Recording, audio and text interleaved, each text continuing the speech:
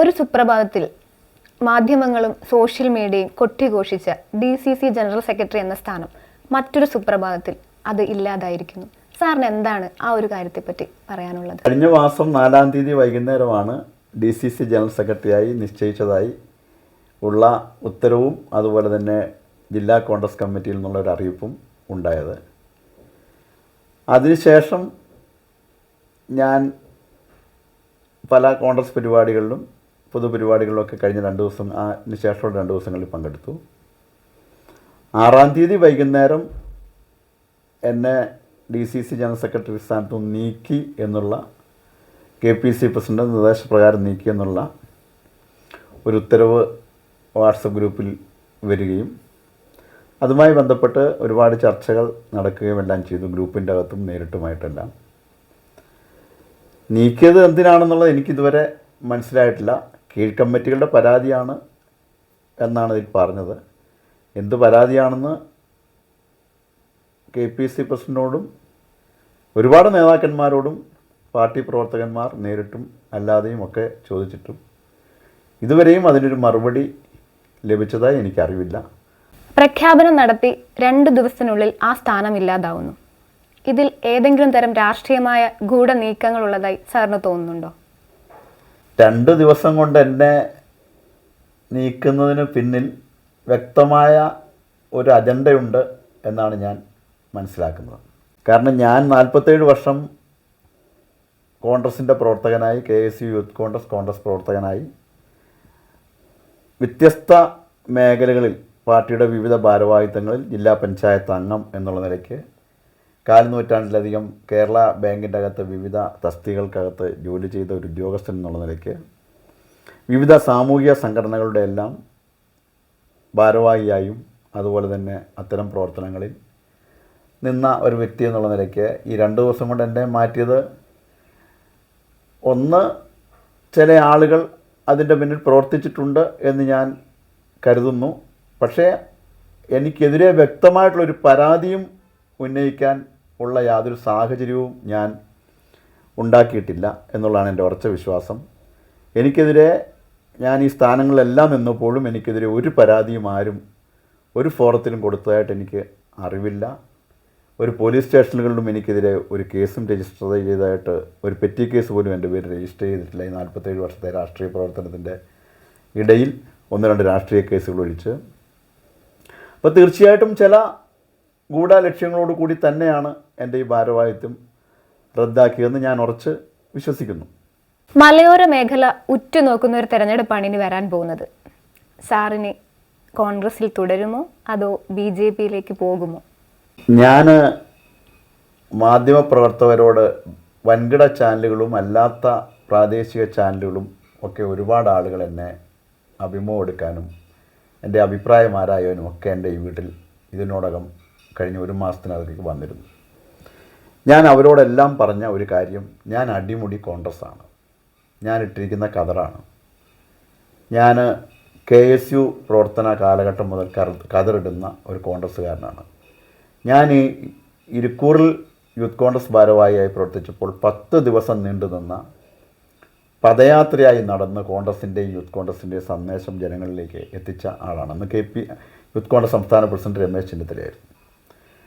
എല്ലാ തരത്തിലും കോൺഗ്രസിൻ്റെ ഈ 2 നിയോജകമണ്ഡലത്തിലെയും പ്രവർത്തന രംഗത്ത് എനിക്ക് എൻ്റേതായ സംഭാവനകളുണ്ടെന്ന് ഉറച്ചു വിശ്വസിക്കുന്ന ഒരു വ്യക്തിയാണ് ഞാൻ.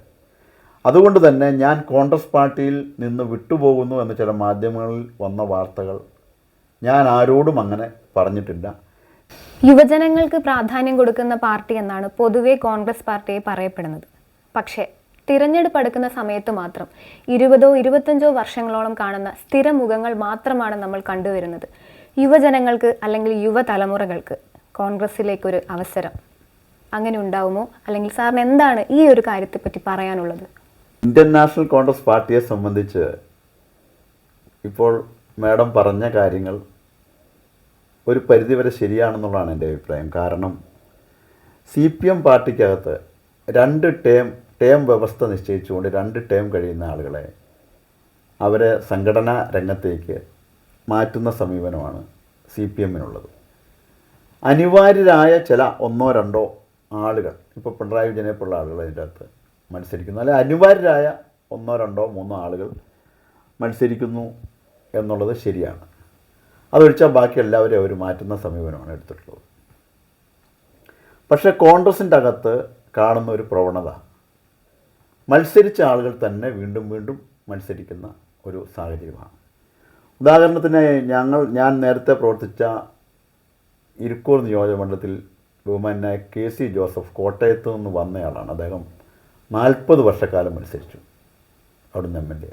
അതിനുശേഷമാണ് അദ്ദേഹം മാറിയത്. പേരാവൂരിലാണെങ്കിലും സണ്ണി ജോസഫ് 3 ടേമായി മത്സരിക്കുന്നു.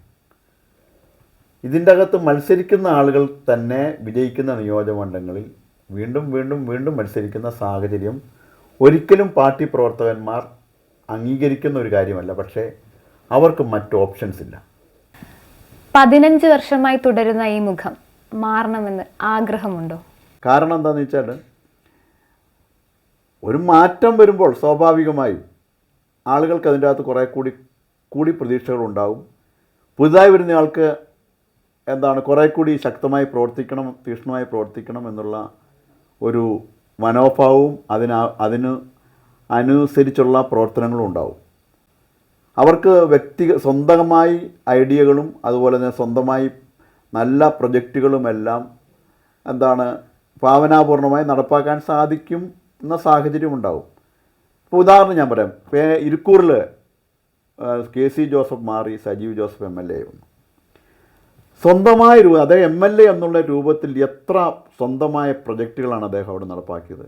ദിശാദർശൻ കുട്ടികൾക്ക് വേണ്ടി, ഭാഷാമൃതം എന്നുള്ള പ്രൊജക്റ്റ് കുട്ടികൾക്ക് വേണ്ടി, ടൂറിസം രംഗത്ത്, അതുപോലെ തന്നെ നമ്മുടെ അഗ്രികൾച്ചർ ഫെസ്റ്റ് ഉൾപ്പെടെ കാർഷിക മേഖലയ്ക്ക് വേണ്ടിയുള്ള സ്വന്തമായ ഒട്ടനവധിയായ പ്രൊജക്റ്റുകൾ നടപ്പാക്കാൻ അദ്ദേഹം അവിടെ തയ്യാറായിരുന്നു.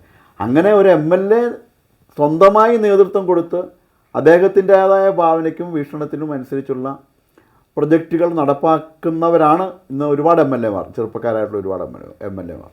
അപ്പോൾ അത്തരം കാര്യങ്ങൾക്കകത്ത് കൂടി ഒരു നിയോജക മണ്ഡലത്തിൻ്റെ അകത്ത് ശ്രദ്ധ കേന്ദ്രീകരിച്ച് പ്രവർത്തിക്കുകയും അത്തരം കാര്യങ്ങൾക്കകത്ത് കൂടി വളരെ ശക്തമായ പ്രവർത്തനങ്ങൾ നടത്തുകയും ചെയ്യണമെന്ന് ജനങ്ങൾ ആഗ്രഹിക്കുന്നുണ്ട് എന്നുള്ളതാണ് ഒരു യാഥാർത്ഥ്യം.